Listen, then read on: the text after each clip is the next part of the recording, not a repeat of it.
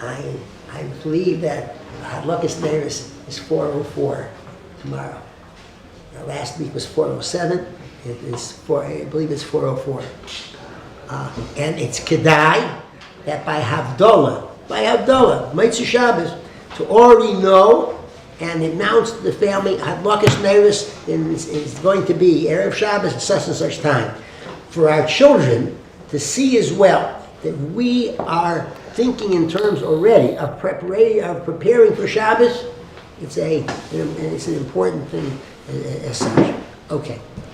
My Chavrusas reminded me that last week in Parshas told us, so the Chumash refers to, and Yaakov Avinu went to Lavan following his parents' instructions to be able to have a wife, to choose a wife from there, and the Lavan was the brother of Rivka, Aim Yaakov Yosef. And Rashi says there that Eneni Yodeya Ma Melamdenu, 4 words, and there are a number of pshatim about that. But one of them is that Rashi is saying, I don't know what this teaches us as such. And there are 44 places in Shas that are brought down in Gemara on Daf Chaf Hey in Brachos, and in the Gilead HaShas, where Rashi says in Shas, I don't know what something is. Now, this shows us one thing. When Rashi says he doesn't know, all right, that's it's very good to hear these. He shares it with us. But it means that when he does know, he definitely does know. And for Rashi, who doesn't even necessarily comment on every pasuk to tell us this, you see the level of integrity and the honesty of the Masorah that we have, Baruch Hashem. As we've mentioned on other occasions, there are no Santa Clauses in Judaism. We're never going to hear, well, we weren't really serious about this, we did this for a particular reason. Nothing chas v'shalom, nothing like that at all. Okay, let's come back now to Parshas Vayeitzei. Vayida Yaakov neder lemor, and Yaakov makes a neder to Hashem. And he says, Im yeh Hashem imadi, if Hashem will be with me, v'nosan li lechem le'achol u'beged lobo, he will give me bread to eat and clothes to wear. V'shavti b'shalom avei sofi, I'll go back to my father's house. And Hashem will be my God, etc., etc. So, Meforshim ask, why do we say lechem lechol u'beged lobo? We know lechem is to be eating, and we know, of course, that clothes is to wear. So what's the purpose? Just say, v'nasan li lechem, v'nasan li beged. That should be enough. So Rav Zalman Sorotskin has his approach. It's a beautiful approach. And he says, Yaakov Avinu is speaking about health. What good is food if one is too sick to eat the bread, eat the food? What good are clothing if one is too sick to wear it? So Yaakov Avinu is saying, I want to serve you. Please, Hashem, give me health so I should be able to serve you in the best possible way. So Mahalach. And it's a beautiful Mahalach. If a person goes, when I visit people in the hospital, often I say, I want to wish you that HaKadosh Baruch Hu should give you lechem lecha or beged lobosh. And if to some people I don't have to explain, others I do, but the idea is that it's a beautiful wish per se. Now, Yaakov comes to the Be'er, and he sees the Roim there, he sees the shepherds, and it's midday.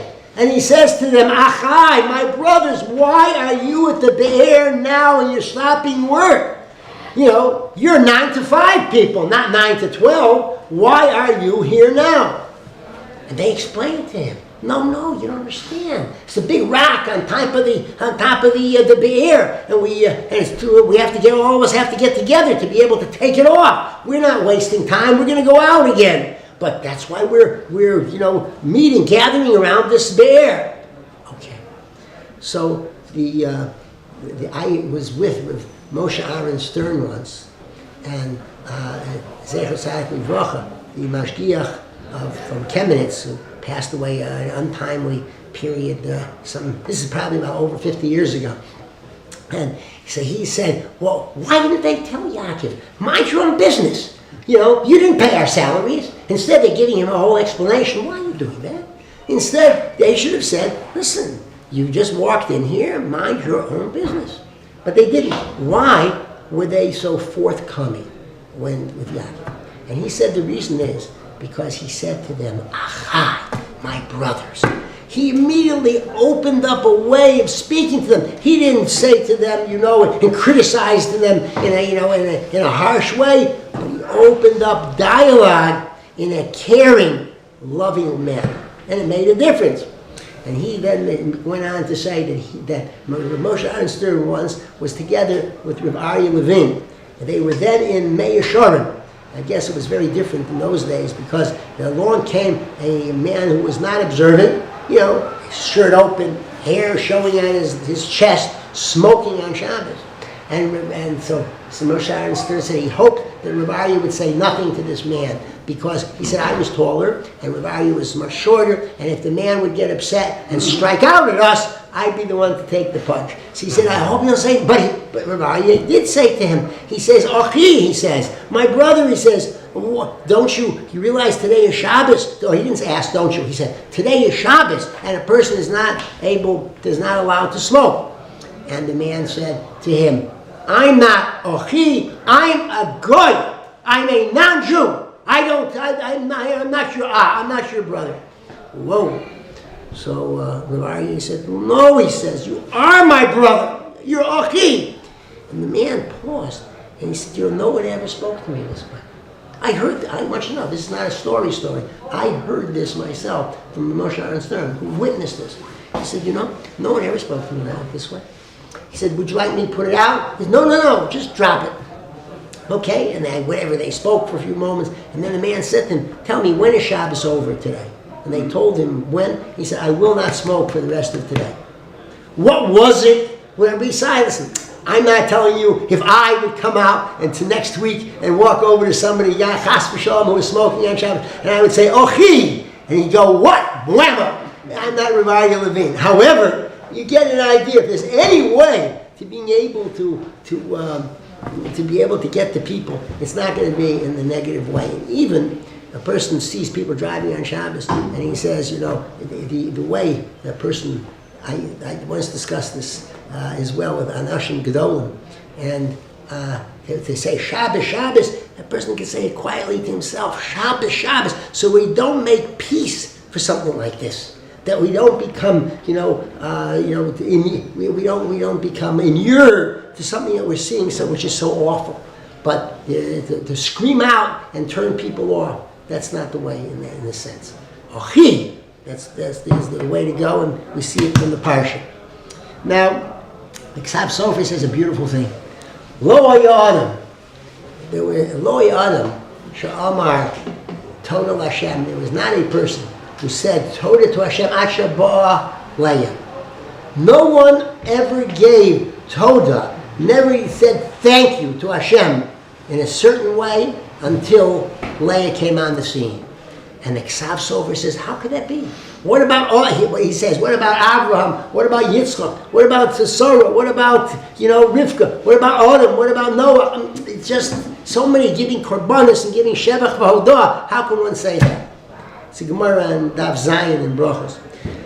So he answers in a beautiful way. He says essentially that others gave shevach v'hodah, gave thanks to Hashem for things that occurred, which were wondrous miracles. The age of 100, having a child, living through the Mabul, and everyone is destroyed. I'm living. The new world that Adam Arishan sees, all these things. Okay, it's understandable that we give Shevach V'Hodah, we give thanks to Hashem. What did Leah do?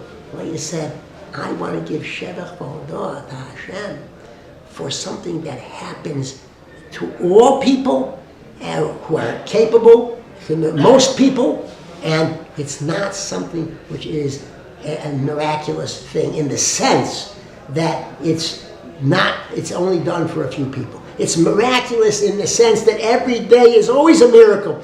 For every breath that we take is a miracle.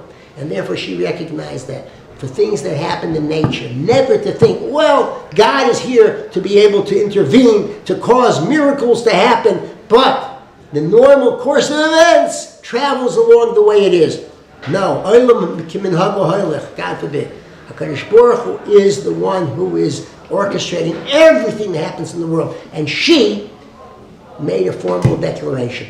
Certainly the Avos understood this. Certainly Abraham, and every Noah, Adam, everyone understood that. So Rivka, everyone understood what Leah did. But she's the one who gave so to speak, a formal declaration of this. And that's why he said, Lo hayadam shenasan haydal Hashem hashaba'a Leah. I'm looking to see what time is it? It's time. I want to wish everybody a wonderful Shabbos. Not just a good Shabbos, a wonderful Shabbos.